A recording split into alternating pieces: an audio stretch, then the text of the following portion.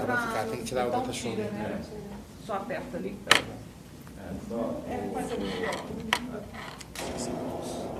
Deixa a outra coisa Vai jantar. Ah, tem que apagar o... Ah, verdade. Até lá, Graça.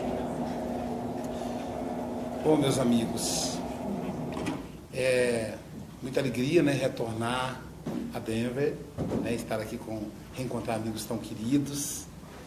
É a segunda vez que eu venho e da primeira vez ficou realmente esse vínculo, essa relação que a gente quis retomar. E o Tadeu me perguntou qual o tema que a gente iria abordar, e aí eu disse a ele que dei a eles, acho que eu passei um específico, que é a questão da crise existencial.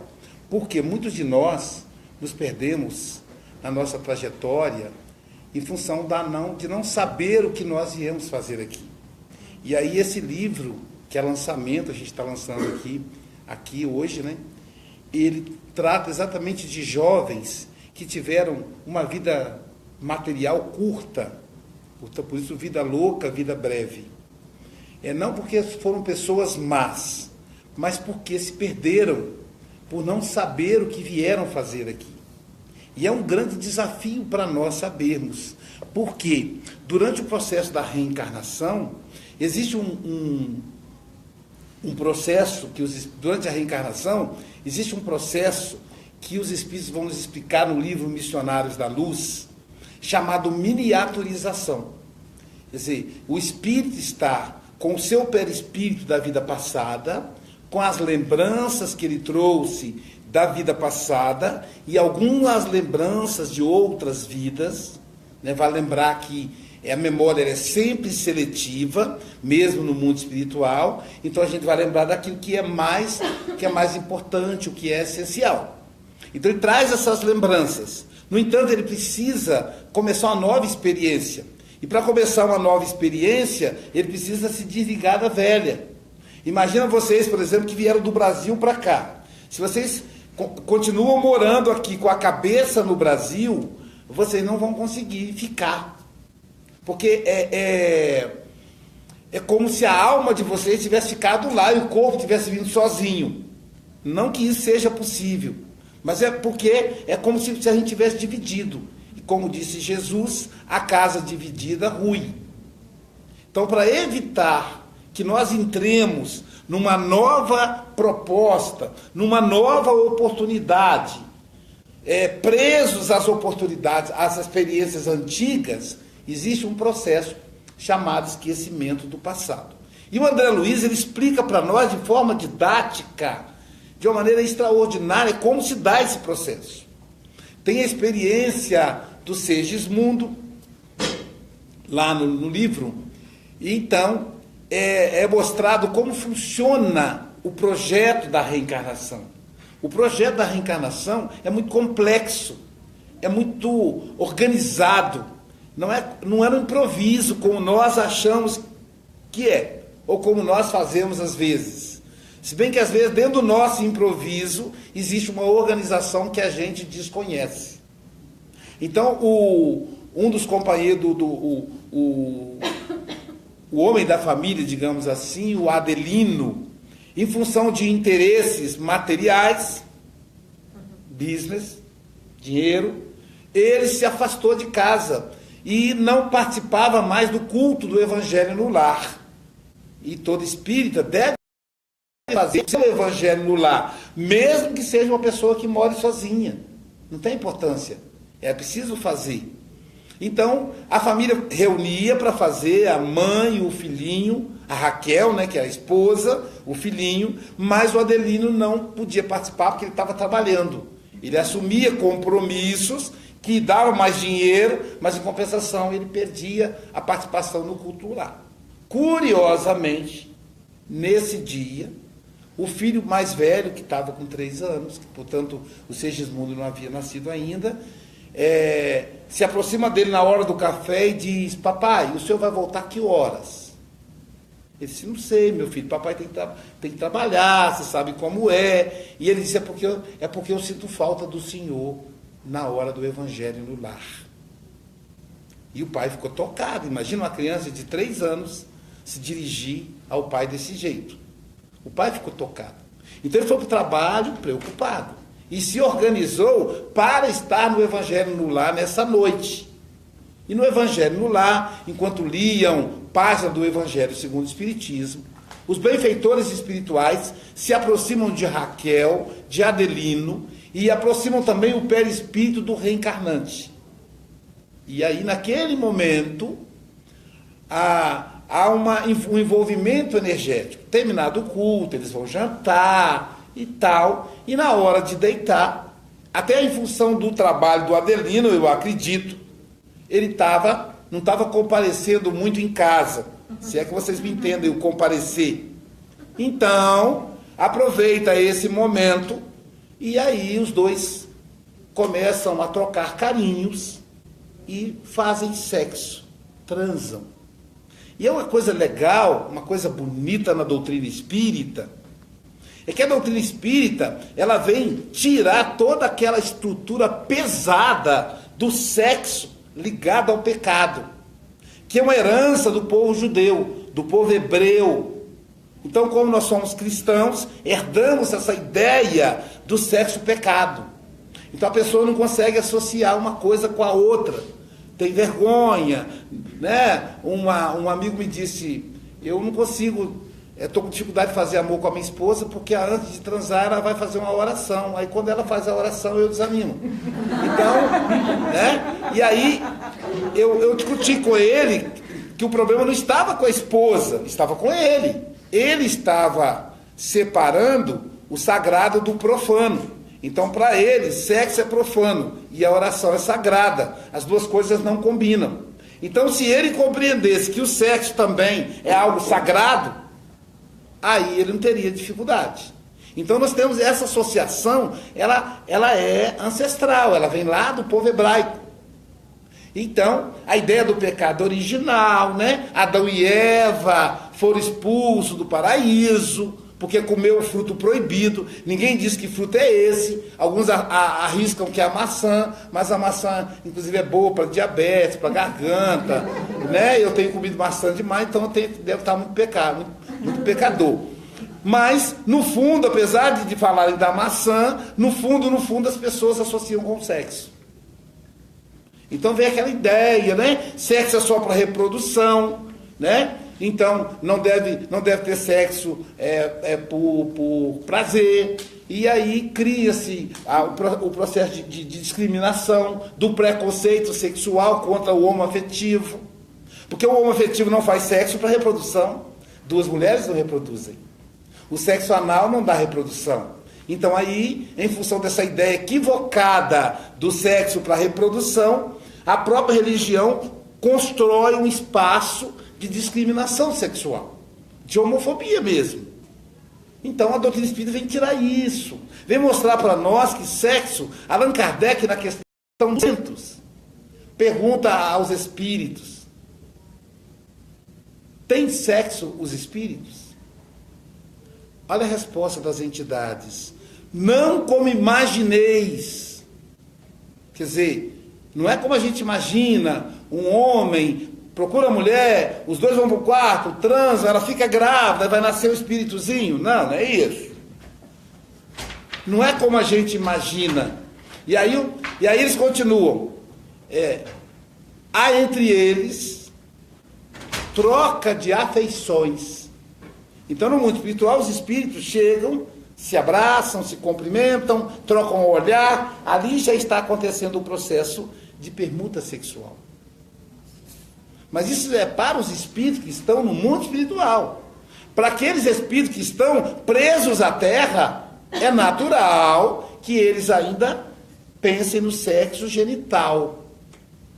Um companheiro de uma cidade de Minas Gerais me revelou, na intimidade, né, que ele estava dormindo com a sua esposa e acordou com carinho, com carícias sexuais. Alguém acariciando ele, e ele ficou todo animadinho e virou para retribuir. Quando ele virou, que ele olhou, a esposa estava dormindo, como um anjo. Ele falou, uai, então se ela está dormindo, que mãos são essas que estão passando em mim? E ele então pôde perceber que, na verdade, era a falecida que estava ali. Ele era viúvo, casado pela segunda vez.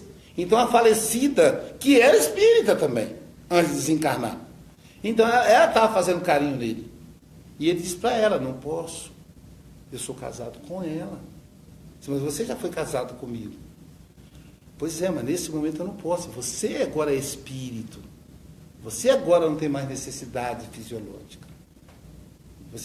A energia sexual para você é de outra maneira. Ele esclareceu a falecida para que ela fosse embora. Então, e ele falou comigo, o que mais eu posso fazer? Eu falei, eu continuo orando, continuo dialogando com ela.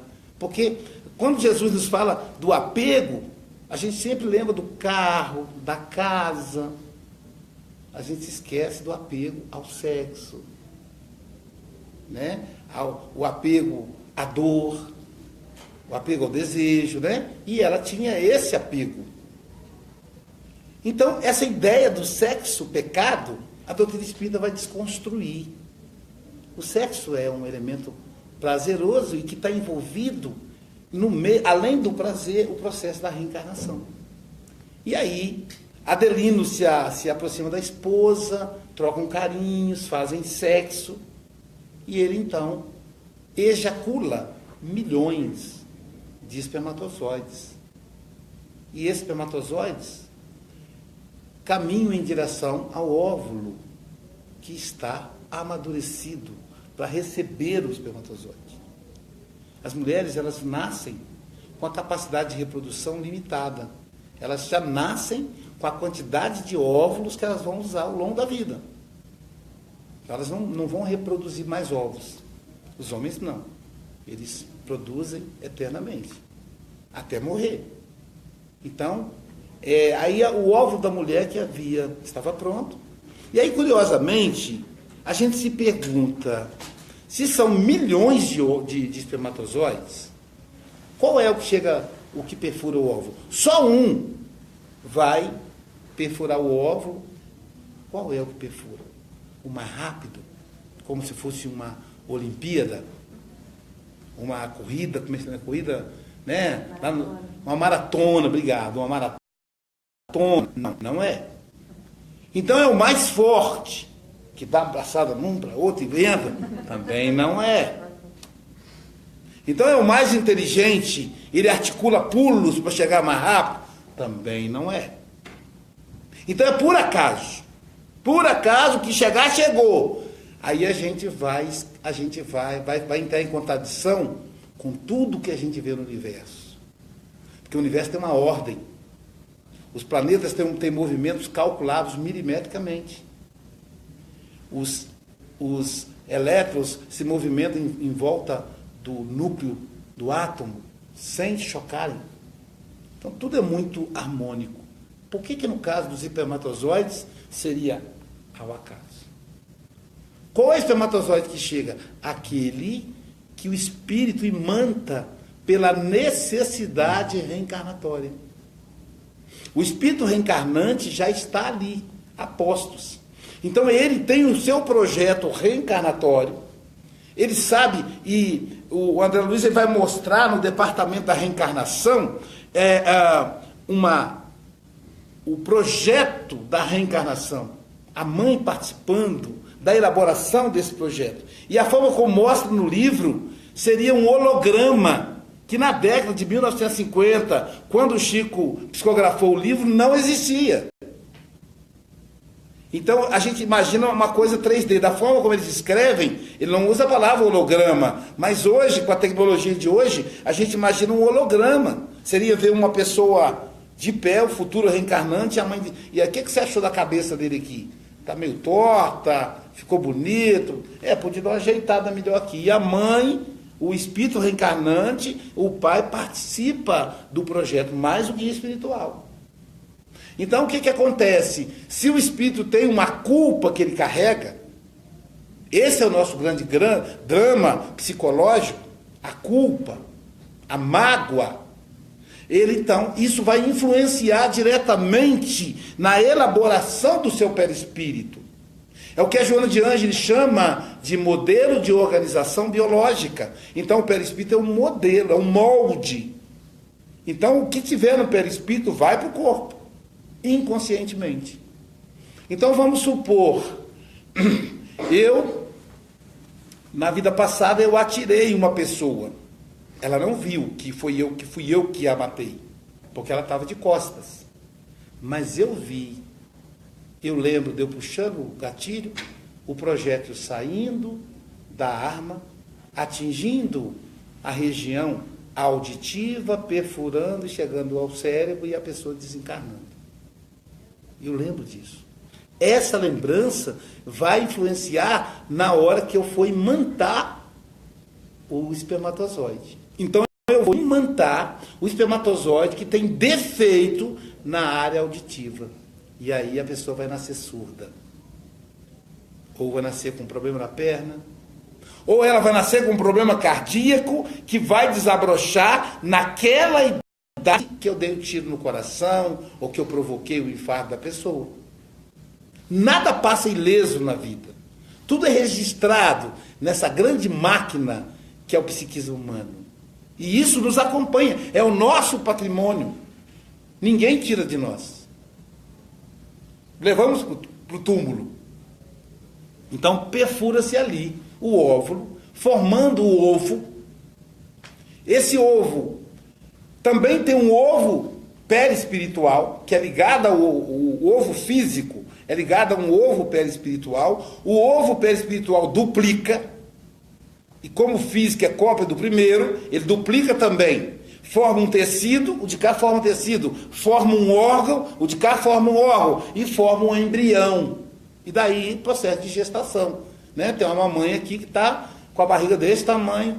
Quando ela chegou, eu só vi a barriga, eu gostei para ver o rosto dela. Né? Então, quer dizer, é o processo, ela vai empurrando, literalmente ela está empurrando as pessoas com a barriga. Então, esse é o processo da reencarnação. Então, ali ocorre isso do ponto de vista espiritual. O que ocorre com o espírito reencarnante? O guia espiritual de Segismundo vai hipnotizá-lo, vai fazer uma regressão de memória com ele, como se fosse um psicanalista. Então, a vantagem é que já tem emprego para depois da morte. Então, o que o guia espiritual faz? Segismundo, você lembra da sua última encarnação? Ele fala, lembro. Você lembra quando você se casou, quando você era velhinho? Ai, que legal, lembro. Nossa, era muito bom. Você lembra quando você se casou? Nossa, foi um dia tão feliz. Você lembra da sua adolescência? É só caindo. Ah, eu lembro na escola. Você lembra você, guri, jogando bolinha de gude? Lembro e tal. Você lembra com 5 anos? Lembro. Aí vai paulatinamente, até que ele vira um bebê. E aí ele vira uma gota. É nessa redução do perispírito que a memória vai embora. A memória consciente. Só a consciente. Porque toda essa estrutura vai ficar gravada no inconsciente.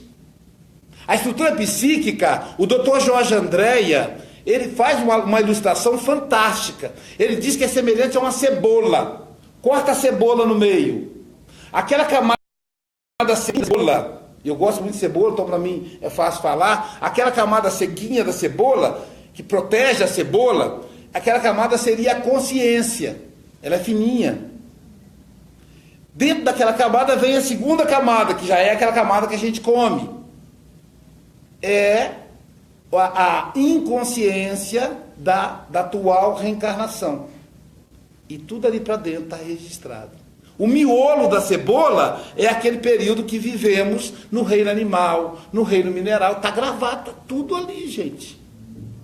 Por isso que às vezes temos reações de animais. Porque está gravado.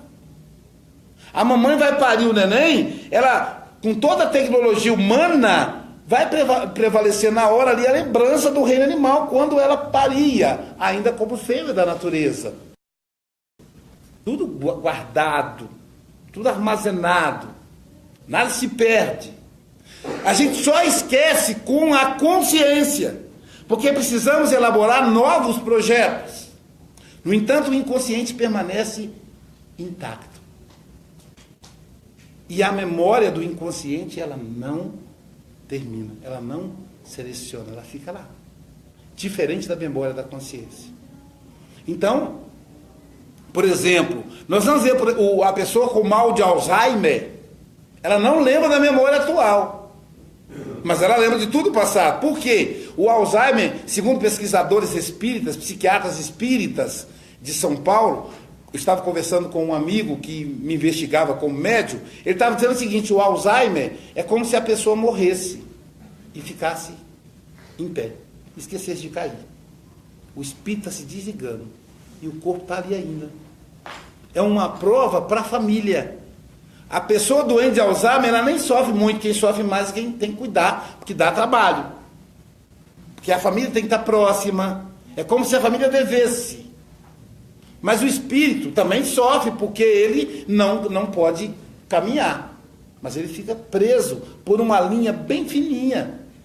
Um artista, um importante artista que teve a doença de Alzheimer, ele era muito bom pintor, o que ele fez? Ele fez o autorretrato dele, ele começando a doença, ainda com a sua memória perfeita. Depois, cada mês, ele ia pintando o retrato dele. E aí o rosto dele ia sumindo. O que mostra mais ou menos como se derretesse. Então é o desligamento da matéria. E aí... Mas veja que curioso é que a lembrança do passado não perde. Por que a lembrança atual perde? Porque a lembrança, a memória é do espírito. Como o espírito está semi-desligado, ele não capta, ou como diria um amigo, ele não capta a memória. Mas o que está registrado, ele não perde. Eu fui visitar uma amiga muito querida em Minas Gerais. Essa amiga, a gente teve um relacionamento por 30 anos. Todas as vezes que eu ia fazer palestra na região dela, ela dizia assim: ô, meu amigo Aloísio, fiquei sabendo que você vai vir para cá, tem um dia para nós? Mineiro, né, fala assim, tem um dia para nós?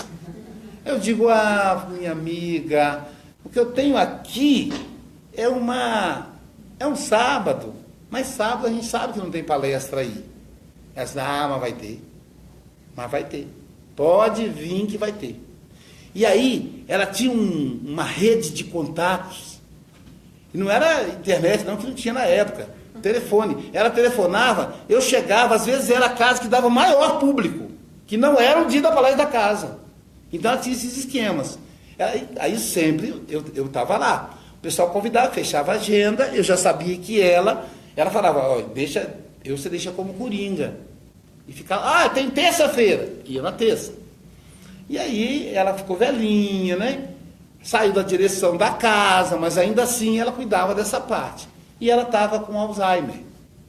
E falaram: olha, dona fulano de tal, está muito doentinha, Luiz. E eu sei que você gosta muito dela. Eu falei: gosto mesmo. Nós somos amigos há mais de 30 anos. Então, você quer fazer uma visita para ela? Eu falei: quero. Eu quero tomar um café com ela. Aí a neta dela veio e me pegou e fomos para casa da minha amiga. No caminho, a neta ficou toda sem graça, ficou tentando esclarecer, falou: ô Luísio, eu tenho que te falar uma coisa assim meio chata e tal. Eu disse: o quê? Eu disse: vovó talvez não te reconheça, então não fique chateado. Mesmo, eu cheguei e falei: ei, linda, ei, vó. Ela disse: quem é você? Eu disse: vó, eu sou fulano de tal, sua neta querida. Quem é você? Ela não lembra nem a resposta que a outra deu, né? Então ela falou: então talvez não te conheça. Aí tá bom. Aí eu cheguei, eu disse: mas eu estou indo por mim, né? Eu estou indo porque é minha amiga. Se o corpo não reconhecer, o espírito vai reconhecer, ponto. Aí cheguei, a neta toda desconfiada, sem graça. Aí disse: vovó, olha que eu trouxe para te visitar. Não falou quem, não. Aí ela olhou para mim e falou: qual dia você vai fazer palestra na nossa casa? Eu disse: nada, lembrou, né? E aí conversamos, mas por quê? Ela lá atrás. E a neta, por que ela não lembra da neta? Porque a a memória dela da neta é a neta pequenininha. A neta agora é adulta, então ela lembra da pequenininha. Quando ela vê a mulher adulta, quem é essa? Então funciona assim o Alzheimer. Então a memória não se perde. Nada se perde do ponto de vista do inconsciente. Logo, nós temos arquivados em nós lembranças de 10 encarnações atrás. E como é que essas lembranças vêm? De duas maneiras. De duas maneiras, natural e uma terceira que é artificial. Quais seriam as duas maneiras? A primeira delas, e mais clássica, o sentimento. O nosso inconsciente vem, então a gente lembra de quem fomos na encarnação passada. É só avaliar os nossos sentimentos. Allan Kardec diz que é só a gente olhar no espelho e nos olharmos como somos. Somos temperamentais ou tranquilos? Somos impulsivos ou equilibrados? Impacientes ou pacientes? A gente vai se avaliando por aí. Então, o sentimento diz quem fomos. Eu tenho uma amiga da cidade seropédica, no Rio de Janeiro, que ela diz o seguinte, ela fez a seguinte confidência numa palestra, num estudo. Ela disse assim, Aloysio, você sabe o que eu percebi? Todas as vezes que passava notícia de assalto a banco, assalto milionário, eu adorava assistir. Então, quando ligava a televisão assim, o Banco do Brasil foi assaltado, eu corria para a sala para assistir. E quando dava errado, que eles pegavam o pobre do assaltante, eu dizia, burro, se ele tivesse feito de tal maneira, ele não teria sido pego. Todas as vezes que eu assistia, eu tinha uma proposta mais inteligente do que a que aquele assaltante usou. E outra coisa, a minha casa foi assaltada 3 vezes. Da última vez, inclusive, os ladrões botaram a arma na minha cabeça, no meu rosto. E foi um sofrimento. A segunda vez, sabe o que aconteceu? Ela narrou pra gente. A segunda vez, eu saí para trabalhar. Não, eu saí para viajar. Quando eu voltei, que eu abri a porta, a casa estava vazia. Os caras encostaram o caminhão de mudança e levaram tudo. E os vizinhos dizendo, fulana, né? Mudou e nem avisou a gente. Os vizinhos sonsos. E aí, então, quando eu tive que comprar tudo de novo, os caras levaram de geladeira ao travesseiro. Limpou a casa. Então, quem comprou o roubo, já comprou uma casa montada. E agora, da última vez, foi o assalto à mão armada mesmo. Então, eu comecei a fazer as contas. O que está acontecendo? Por que eu estou atraindo tanto ladrão para a minha vida? Né? Então, fora os ladrões da alma, que são os homens com quem eu me relacionei, que me roubam o tempo, me roubam os sonhos, é canalha também. Fora isso, que já passei por uns 4 maridos, fora esses ladrões do meu afeto, também tem os ladrões que roubam, fisicamente mesmo. Eu comecei a falar da minha arquitetura do roubo. Eu disse, eu fui ladra na vida passada. Eu roubei. Por isso que eu tenho essa engenharia na cabeça, como articular um assalto a banco. Se bobear, eu assaltei banco. E por que a minha casa foi roubada 3 vezes? Para eu devolver o roubo que eu tive dos outros. E esses homens que ficam me roubando sentimentos, é a minha culpa que atrai esses desgraçados. Então, veja que interessante, ela se percebeu no passado, avaliando os seus sentimentos. Ela não lembra. Mas o que atrai? O que ela sente? Então, uma maneira da memória do inconsciente se manifestar em nós é através do sentimento. Por isso é muito importante, eu sempre falo para os meus pacientes do consultório, é muito importante, se você está sentindo alguma coisa física ou emocionalmente, você deve se perguntar, por que eu estou sentindo isso? Eu estou com dor de cabeça. Por que eu estou com dor de cabeça? O que aconteceu nos últimos dias? Ah, eu estou com dor de cabeça, se for mulher, porque eu estou na TPM, geralmente eu tenho essas dores mesmo, é a cólica e tal, dor de cabeça. Ok, mas eu não estou na TPM. E aí? E o homem? O homem não está na TPM, como é que ele vai explicar a dor de cabeça? Ah, eu estou com dor de cabeça porque eu comi uma feijoada e aí eu fui comer azeitona. E a azeitona faz mal na feijoada, né? Ou então, eu estou com dor de cabeça porque eu tomei todas e no final eu tomei água mineral. E água mineral costuma fazer mal para a pessoa no final da noite. Então você vai buscando explicações materiais. Aí de repente você não encontra nenhuma. Não, eu estou bem de estômago, não bebi ontem, não estou na TPM. De onde vem essa dor de cabeça? Ah, eu me aborreci com fulano, porque aconteceu tal coisa, e tal coisa, por que aconteceu? Está ligado? Então, a gente pode ir buscando se conhecer a partir dos nossos sentimentos. Então, a primeira manifestação do inconsciente é o sentimento. A segunda maneira do inconsciente se manifestar são os sonhos. Os sonhos são um mecanismo fantástico de autoconhecimento. Eu tenho um amigo que tem 3.000 sonhos anotados. Ele vai transformar em livro. Então, toda noite, ele já tem um caderninho, ele sonhou, ele acordou, ele corre e anota. Porque se você dormir de novo, pode ser que no dia seguinte você não vai lembrar. Né? Então, aí eu disse para ele, hoje é mais moderno, você não precisa acordar. Se acordar, você perde o sono. Ó, sonhei isso, coloco o smartphone de lado lá e dorme de novo. Né? Então, porque o sonho, ele traz esse psiquismo querendo dialogar conosco. Uma das minhas pacientes estava dizendo para mim assim, eu tive 2 pesadelos horríveis essa noite. Acordei e fiz prece. Um deles era o meu sobrinho que estava morrendo. De 5 anos de idade, de 4 anos, que estava morrendo. E os pesadelos são os melhores, são melhores que os demais, que o sonho elaborado.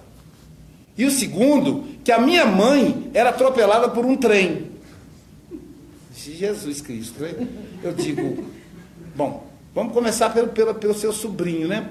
Esse sobrinho, qual é o que você identifica nele? Ele é muito inteligente, ele tem uma sacada, com 4 anos ele fala coisa que parece que é um ET que tomou conta do corpinho dele e abduziu o espírito, porque ele fala coisa de adulto, ele é muito inteligente. E a mãe? Bom, minha mãe eu tenho dificuldade com ela, minha mãe é brigona, a gente se arranha, então eu diria, não é que eu desejo que o trem atropele ela não, mas entre ela e o sobrinho senti mais a morte do sobrinho. Aí eu disse, olha, como é que está o seu namoro? Eu estou meio desanimada, o fulano não ata nem desata, não quer casar, e eu quero ter filho, quero ter uma família. Então já falei para ele que eu estou aí na praça, estou na área aí, se aparecer alguém, ele que não reclame, papapá. Então eu disse, pois é, você desistiu de lutar, de conversar com o seu namorado, com o seu relacionamento. Você desistiu, você parou, você não ama mais o seu namorado. Porque o seu sobrinho significa desistência. A parte inteligente. Seu sobrinho é você. A sua parte inteligente está morrendo. A sua mãe é a barraqueira, né? Você parou de fazer barraco. Você parou de discutir com ele. Porque ela falava, vamos, e ele nada. E eles brigavam e tal. E ela falou que parou de brigar. Ou seja, você desistiu dele. Então, se algum dia ele mudar de ideia, pode ser que ele tenha uma surpresa. Quando ele chegar para você e falar, amor, vamos casar. Aí você vai dizer, eu não estou querendo casar mais não. Porque morreu, está morrendo aí dentro. Então, é um diálogo que o inconsciente faz conosco através dos sonhos. E a terceira maneira do inconsciente trazer a memória para nós é através da hipnose, que aí é uma maneira artificial, que tem que ser feito com muita segurança, perigosa, só com um profissional, com boa formação, etc, etc. Então, o inconsciente, ele traz toda essa memória, está gravado lá. E no meio disso tudo, gente, a pergunta é, Allan Kardec faz a pergunta aos espíritos, qual é o objetivo da reencarnação? E os espíritos respondem, o progresso. Mas a palavra, o progresso, fica muito genérico. Qual é o objetivo da encarnação? Pergunta Allan Kardec. Qual é o objetivo da minha reencarnação? Ou traduzindo, qual é a minha missão? Todos nós temos uma missão na Terra. Mas a missão não é só para gente especial, como Chico Xavier, Francisco de Assis. Não. A missão deles é grande. Mas todos nós temos uma missão. Todos nós somos servidores de Jesus. Qual é a minha missão? O que é que eu vim fazer aqui? É uma pergunta que sai lá da filosofia. Lá na filosofia grega, 600 anos antes de Cristo, portanto 2.600 anos atrás, já se fazia as três perguntas. De onde eu venho? O que é que eu estou fazendo aqui? Para onde eu vou? Eram essas três perguntas que o homem tem que responder até hoje. De onde venho, a gente tem já uma resposta genérica. Eu venho da dimensão do tempo, com múltiplas experiências. Agora, o que é que eu vim fazer aqui? Isso é pessoal. Não, eu sou casado com a Maria quer ter filho, eu vim ter filho também. Não. Cada um tem o seu objetivo individual. E é importante saber desse objetivo. A gente percebe a necessidade existencial. Como é que a gente percebe o que é que eu vim fazer aqui? Se nós não lembramos. Você pega uma água para mim, que essa aqui está apoiando o WhatsApp, esse aqui é o improviso do smartphone. Então, o que é que eu estou fazendo aqui? É uma pergunta que não dá consciência. Então a gente não vai ter uma resposta consciente. Eu vim para ser mecânico, para consertar automóveis, para facilitar o deslocamento das pessoas. Lindo. Mas não sei se você vai ter essa resposta imediata.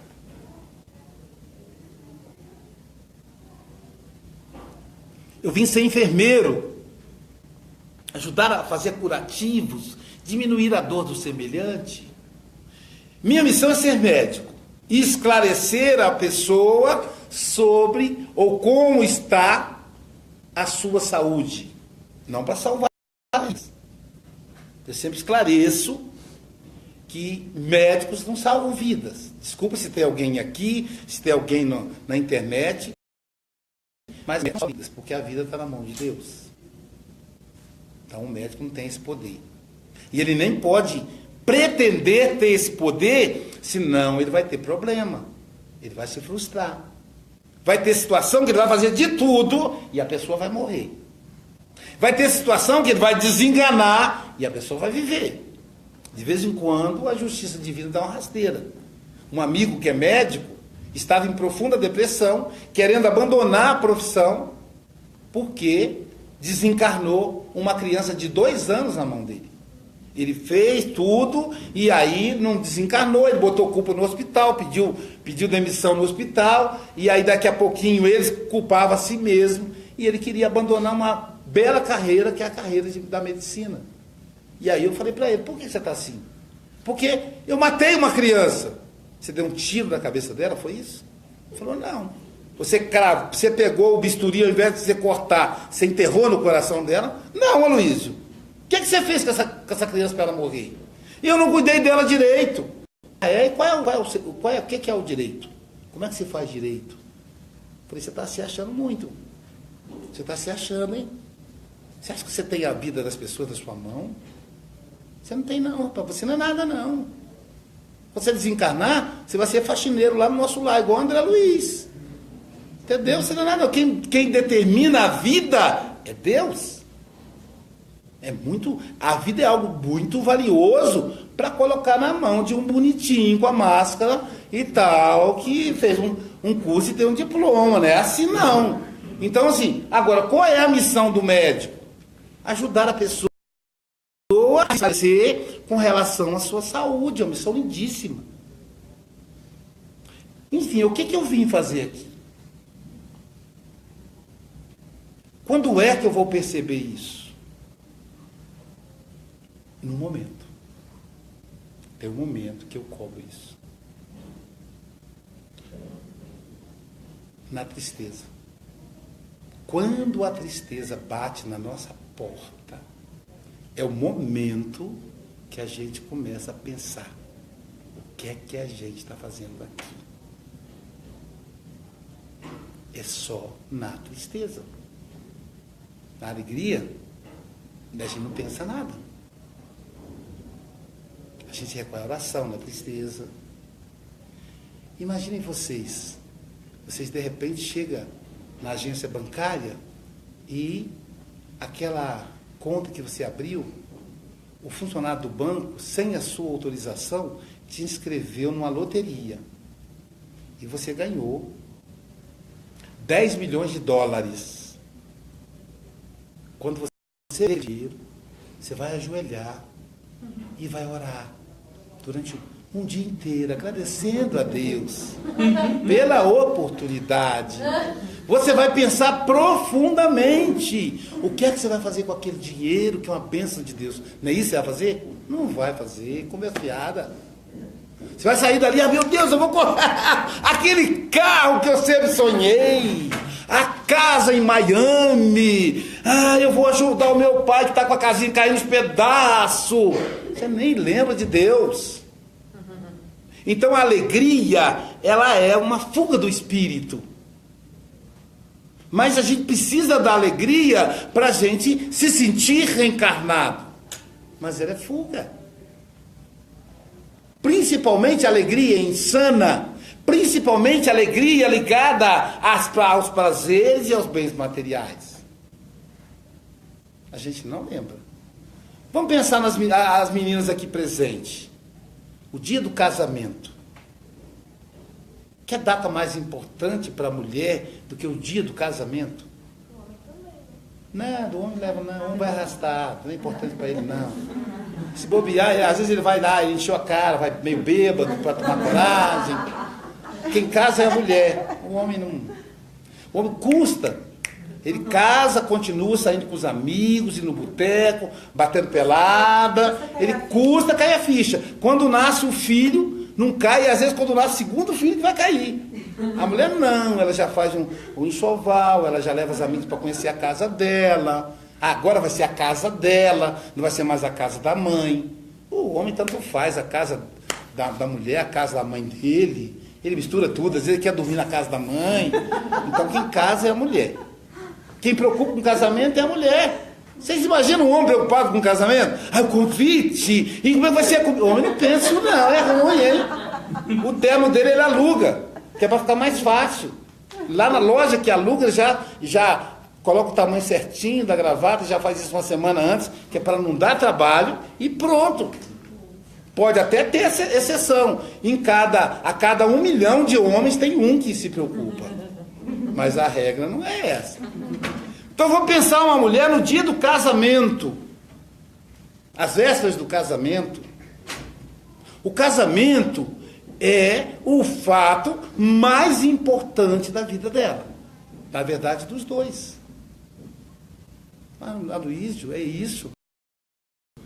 Quantos anos você está casado, Tadeu? 47. 47 anos, Tadeu, e a dona Célia. A pessoa com quem o Tadeu tem mais contato é a dona Célia. A pessoa que a dona Célia tem mais contato é o Tadeu. Então é o acontecimento mais importante da reencarnação dele. Se a dona Célia for uma mulher pá virada, o Tadeu não vai conseguir ser dirigente espírita. Ela vai atrapalhar a missão dele como trabalhador espírita. Então o casamento é importante. Ele tanto pode levar o indivíduo para a luz, como pode levar para o buraco. Portanto, é uma tarefa importante na reencarnação. Então, por instinto, a mulher percebe isso. E se é muito importante, o que acontece com a mulher no dia do casamento? Ela acorda, Abre o Evangelho segundo o Espiritismo, faz uma leitura demorada, lê o capítulo todo sobre casamento, medita sobre o que é casamento. Depois ela faz uma oração ajoelhada, uma oração para Nossa Senhora Aparecida, vocês são brasileiros, que é para Nossa Senhora Aparecida proteger a vida conjugal. Depois ela começa a pensar... o Santo Antônio, que é o casamenteiro. Então, depois ela começa a pensar nos filhos que vai ter. Tudo isso dito casamento, não é isso, gente? Não.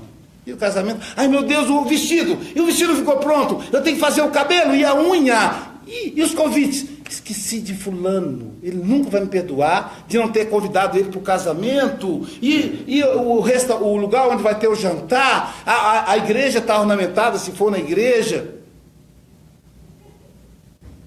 O acontecimento mais importante da vida dela, e ela não está vivendo com profundidade o acontecimento. Ela está anestesiada. Ela está fugindo da sua vida espiritual. Quando é que a mulher pensa no casamento? Quando é que o homem, aquele sem vergonha, que vai ao boteco tomar cerveja, mesmo sendo casado, com os amigos, quando é que ele pensa no casamento? Eu estou com uma... É porque eu não vou abrir para vocês verem, mas eu estou com uma mensagem aqui de um companheiro que talvez até esteja assistindo. Não estou falando o nome dele, tudo bem. Que a esposa saiu de casa. Agora ele está preocupado com o casamento. Agora ele está preocupado com o que ele podia fazer de bom para ela. Se ele foi um marido carinhoso ou não, se ele foi um marido presente ou não. Agora ele está preocupado. É nessa hora que a gente preocupa. É na hora da dor. É no inverno da alma. É na tristeza que a gente começa a pensar. E é exatamente nessa tristeza que nós voltamos ao nosso projeto. O que é que eu vim fazer aqui? Essa mulher com quem eu fiquei casado 20 anos, é minha missão viver a vida ao lado dela? Se foram 20 anos, é bem provável. A lógica diz que sim. Se ela é a mulher com quem eu me programei para vir, o que eu tenho feito até agora da minha vida conjugal? Como é que eu tenho conduzido a minha família? Qual a relação que agora, eu me separando, eu vou ter que ter um contato reduzido com os meus filhos? Qual a relação que eu construí com eles? Eu acompanhava o meu filho quando ele chegava da escola, com as tarefas da escola. Meu filho confidenciava para mim quando ele arrumou a namorada, quando ele usou drogas. Qual é a relação que eu construí com meu filho? Qual é a relação que eu tenho com a religiosidade? Eu sou espírita. Eu tenho ido ao centro espírita? Provavelmente não. Aí a pessoa começa a ir no centro. Seu Tadeu, você arranja isso para mim aí, que eu quero ajudar, eu quero servir, eu quero evoluir. Nada, ele não quer evoluir. Não. Ele quer sobreviver ao câncer que bateu na porta. Imagina, você tem notícia que você tem um câncer. E o câncer mata. Apesar dos avanços, apesar das curas que se faz hoje através da medicina, ainda é um fantasma. Quando chega o câncer, chega junto com ele aquela mulher com a machadinha, com a foice na mão, aquela caveirinha, com capuz preto. Aliás, por que a morte é mulher? Não podia ser um homem com capuz preto, né? Isso é uma discriminação contra a mulher. Então, quando chega o câncer, do lado chega aquela senhora, com capuz e com a foice na mão, dizendo: meu amigo, eu vou te levar. Eu vi uma entrevista do Leonardo, né? E ele contando que o irmão, quando foi diagnosticado o câncer do irmão, que o médico, tinha 3 médicos. Ele disse: como é que está meu irmão? Um dos médicos disse assim: não está muito bem não. O primeiro disse.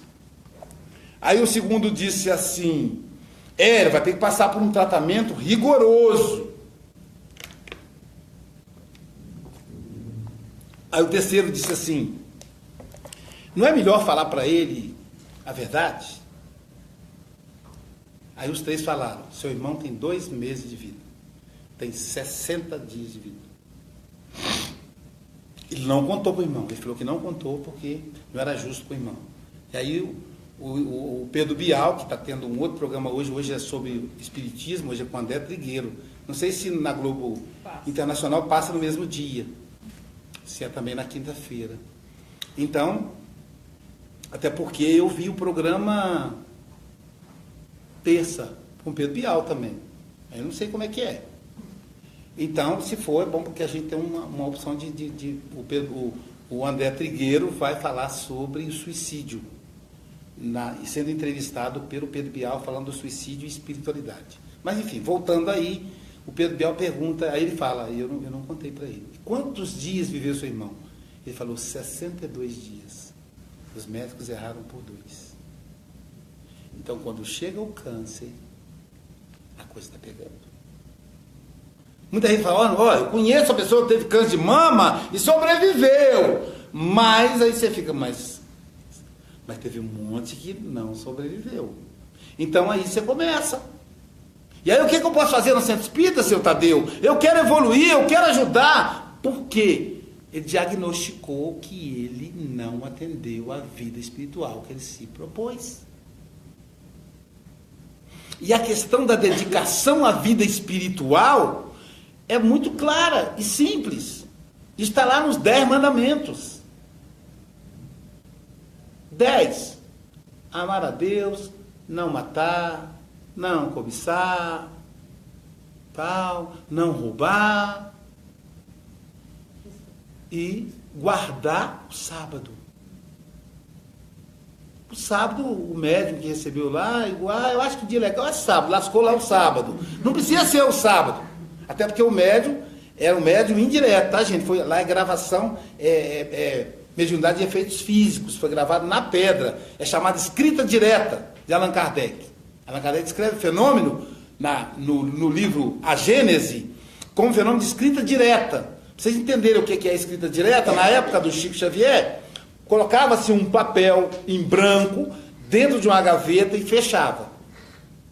Fazia uma prece e tal, depois abria a gaveta e o papel estava com uma mensagem. Então não é psicografia. Os espíritos manipulam energias e faz virar escrita no papel. Só que ali foi cravado na pedra. Está lá, o sábado. E aí a gente tem uma implicância com o adventista, até porque eu tenho que elogiar o adventista, porque alguns me assistem, tem implicância com o adventista porque ele guarda o sábado. E não é só o adventista, o judeu também, né, o sabá. Então, a questão não é o sábado, pode ser o domingo do católico, mas a questão é que nós temos que dedicar 1/7 do nosso tempo para a nossa vida espiritual. A semana tem 24 vezes 7, 7 vezes 4, 28, 7 vezes 2, 14, 168 horas. Viram que eu sou bom de matemática. 168 horas. Dentro dessas 168 horas, a proposta dos 10 mandamentos é que a gente utilize 24. Muito pouco. O que a gente pode computar nessas 24 horas? Culto no lar? Vale? Vale. A palestra do Aloísio? Vale? Vale. O deslocamento da minha casa até a palestra, depois para voltar? Vale? Vale. Passear com o Aloísio lá no Red Rock? Vale? Vale. Entendeu? Então você, somando, visita ao enfermo? Vale? Vale. No momento em que eu fiz uma prece para o meu marido obsidiado enquanto ele dormia, ele não sabia, e eu aproveitava que ele dormia e aplicava um passe nele? Vale? Vale. Somando tudo, tem que dar 24 horas. Se não dá, você fica devendo. E aí, na hora da crise existencial, a gente lembra da nossa vida espiritual. Então, a tristeza, ela deve ser acolhida. A gente não deve temer a tristeza. Tristeza não é depressão. Tristeza, ela faz parte da rotina humana como alegria. Elas se revezam. Como o verão e o inverno, o outono e a primavera, elas se revezam. Tristeza não tem nada a ver com felicidade. Se a minha tia morreu, você vai dizer, você tá, como é que você está, Luísio? Estou triste. Você é feliz? Sou feliz. Ué, você é feliz porque sua tia morreu? Não, porque a felicidade é todo um processo. Mas eu estou triste porque minha tia morreu. Então, a gente tem que receber a tristeza, sem medo. Porque a depressão ficou uma coisa tão banal que a gente associa qualquer coisa. A pessoa fala, eu hoje acordei depressiva. Como se fosse uma onda, assim. Depressão vem uma onda e a gente entra. E aí tem até a gíria. Eu hoje tô meio deprê. Reduz. E quem não? Quando a pessoa tem dificuldades com a língua portuguesa, ela fala, tô meia deprê. Que é pior ainda, né? Que além dela estar deprê, a meia, aquela calça também está deprê. Que é meia deprê. Então, a gente vulgarizou muito a expressão depressão. O que é depressão de acordo com a Organização Mundial da Saúde? É uma tristeza que se prolonga por 4 a 5 semanas sem uma origem específica e que retira o indivíduo da sua rotina. Se a mulher ficou viúva e ela está triste há 3 meses, é luto, não é depressão. É normal, tem uma causa. O problema é você ficar triste, passou uma semana, passou 2, passou 3. Aí você não quer levantar da cama, você não quer que tira a cortina, você quer dormir o dia inteiro. Aí sim, está entrando num quadro depressivo.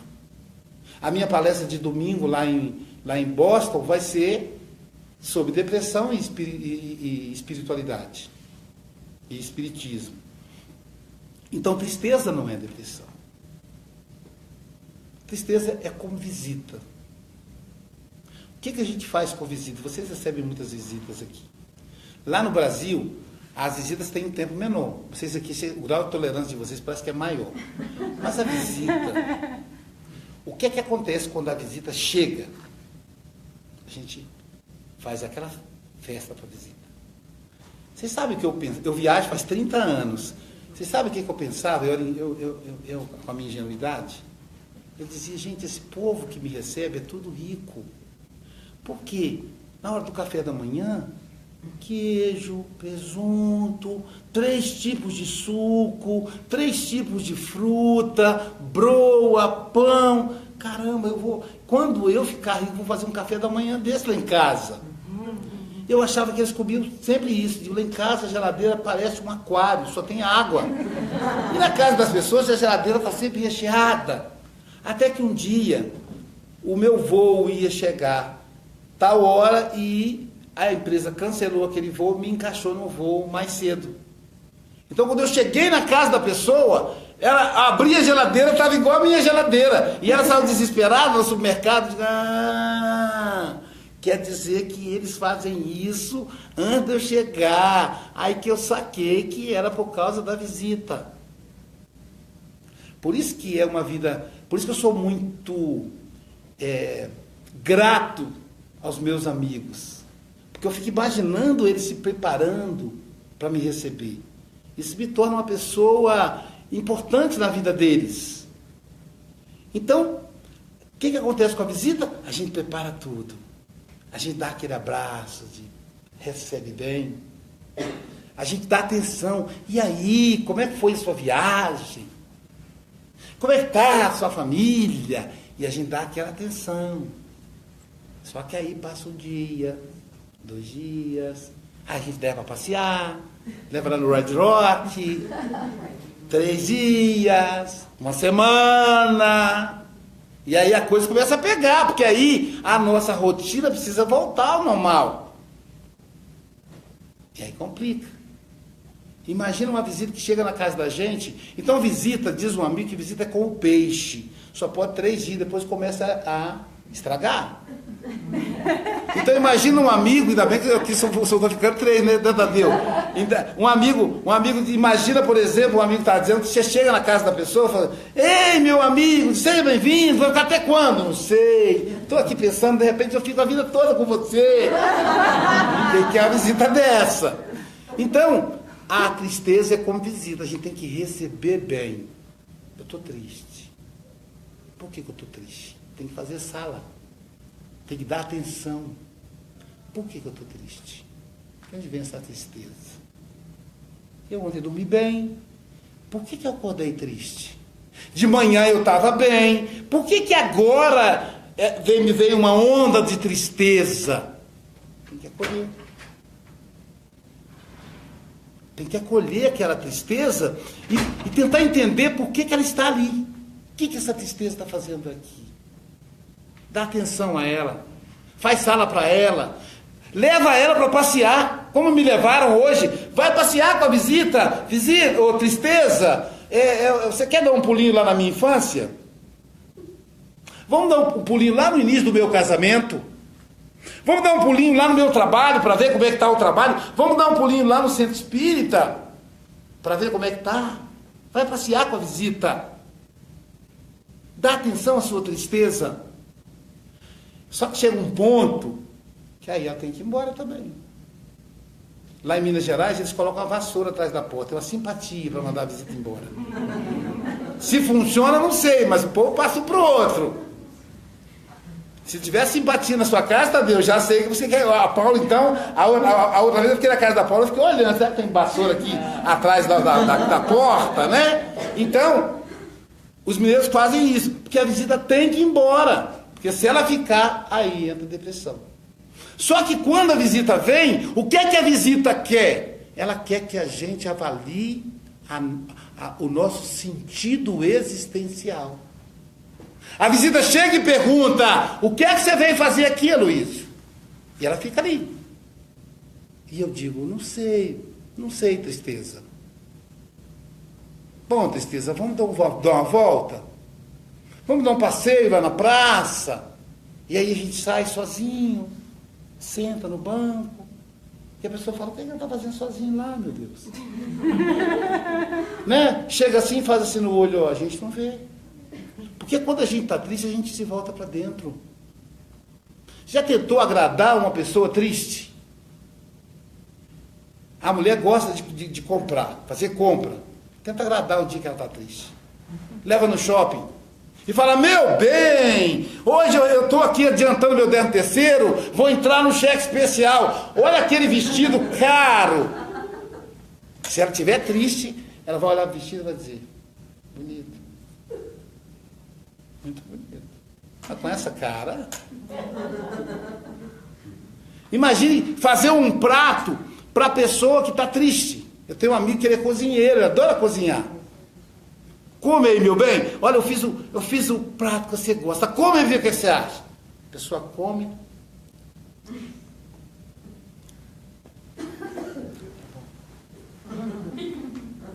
Tá bom desse jeito? Porque ela não tem paladar.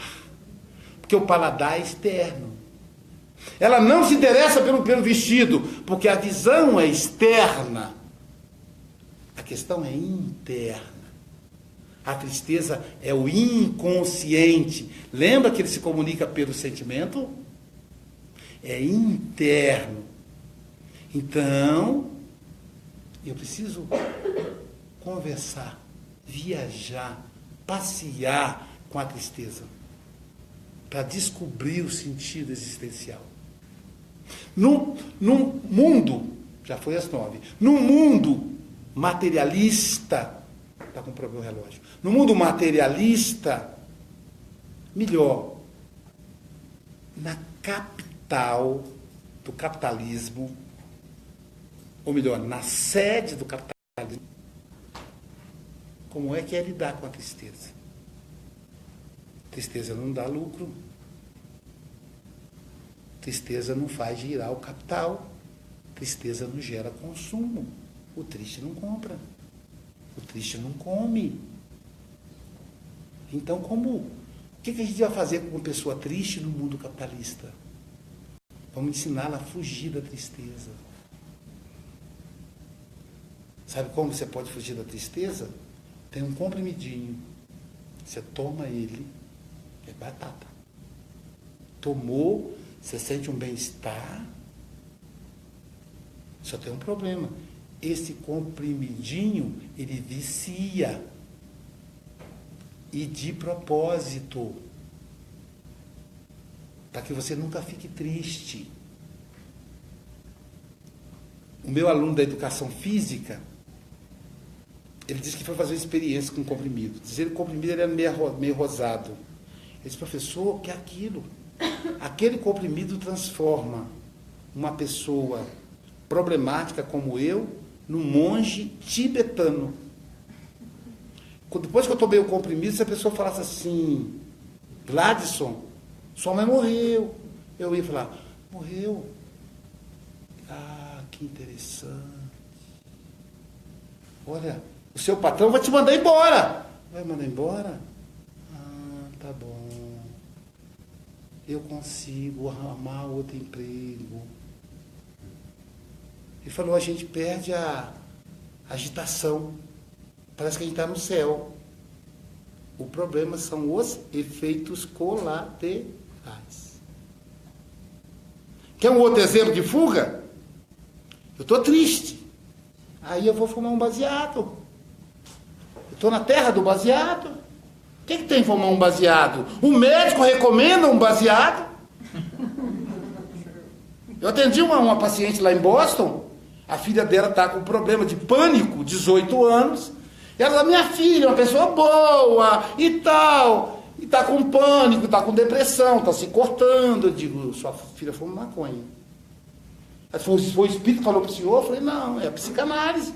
Maconha tem como efeito colateral a síndrome do pânico. E vicia. E tira você da realidade. Evita que você, anestesia você, não permite que você dialogue com o seu interior. Então você fica, olá, tudo bem? Ele acalma a alma agitada. A tristeza agita a nossa alma. E a maconha, ela é calmante. Quando acabar o efeito, eu volto. Sabe por quê?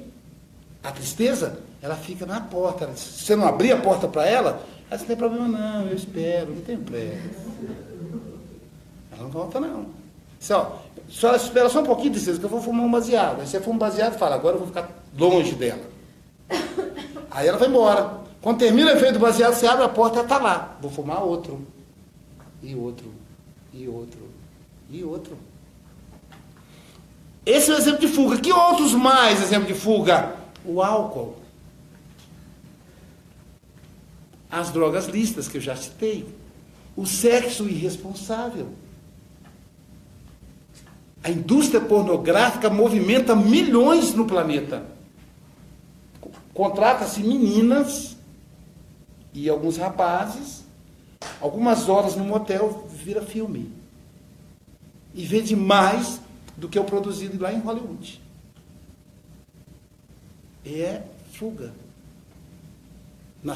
A solidão é um convite à tristeza. Para fugir da solidão, eu vou recorrer à pornografia. Eu atendi uma jovem de 18 anos, viciada em pornografia. Ela via pornografia durante o dia, se masturbava. Quando ela ia dormir, ela sonhava com aquela cena. E ela disse, por que isso acontece? Eu digo, porque você vive o painel mental que você elaborou, sintonizado com as entidades desencarnadas, viciadas no sexo. Isso se chama obsessão. Isso se chama vampirismo. Eu fiz uma live sobre vampirismo que deu 7.200 visualizações em 1 hora. A internet desabou. Na época tinha internet mais fraca, de tanta gente que acessou. Falando do vampirismo emocional, mas vampirismo sexual.